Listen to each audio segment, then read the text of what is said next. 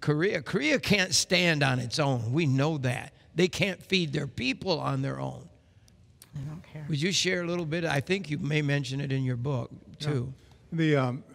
China, of course, has 90% of the trade with North Korea. And China, if it wanted to, could put, really tighten the screws on North Korea. To a certain degree, it has. It's cut off some coal imports. We haven't gotten to the point of having an oil embargo, which is something we need to do. Russia, of course, does trade. It sells them oil. It takes cheap labor from there.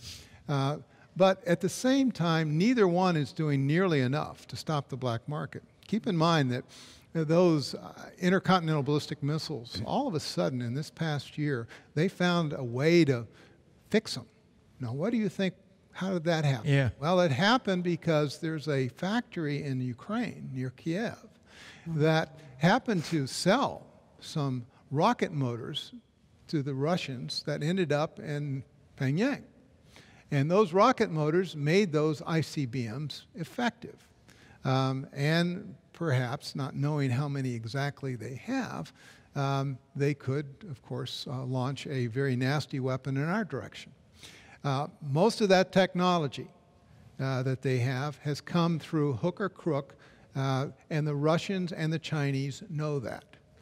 And so we would have to get to the point that we're threatening to cut off much of the trade with China in order to stop it. The current president has little interest in doing exactly that.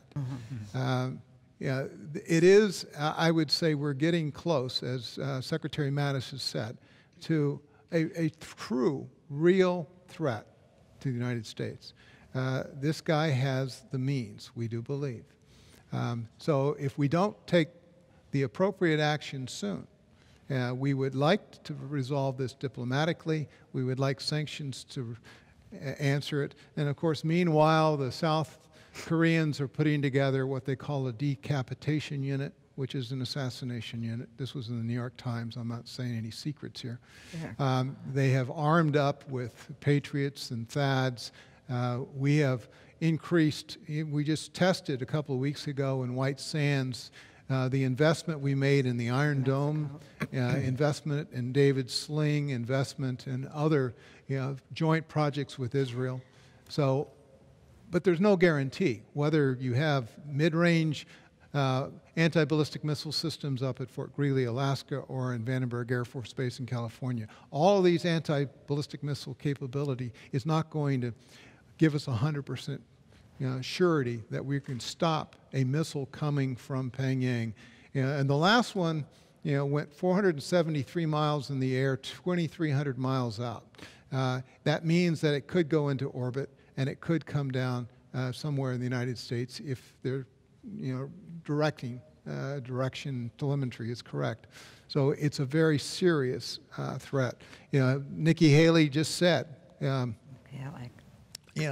she gave it to General Mattis, or Secretary Mattis, says, well, diplomacy, we just haven't gone anywhere.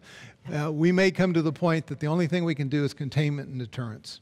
And of course, that's going to likely lead, I think, as I said earlier, to the Japanese ratcheting up capability, which we don't want to see, and the South Koreans, they're talking about allowing us to bring nuclear weapons back to South Korea, which is something that will give them some assurance.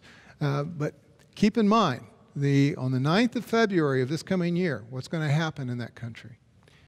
The beginning of the Olympics. Oh.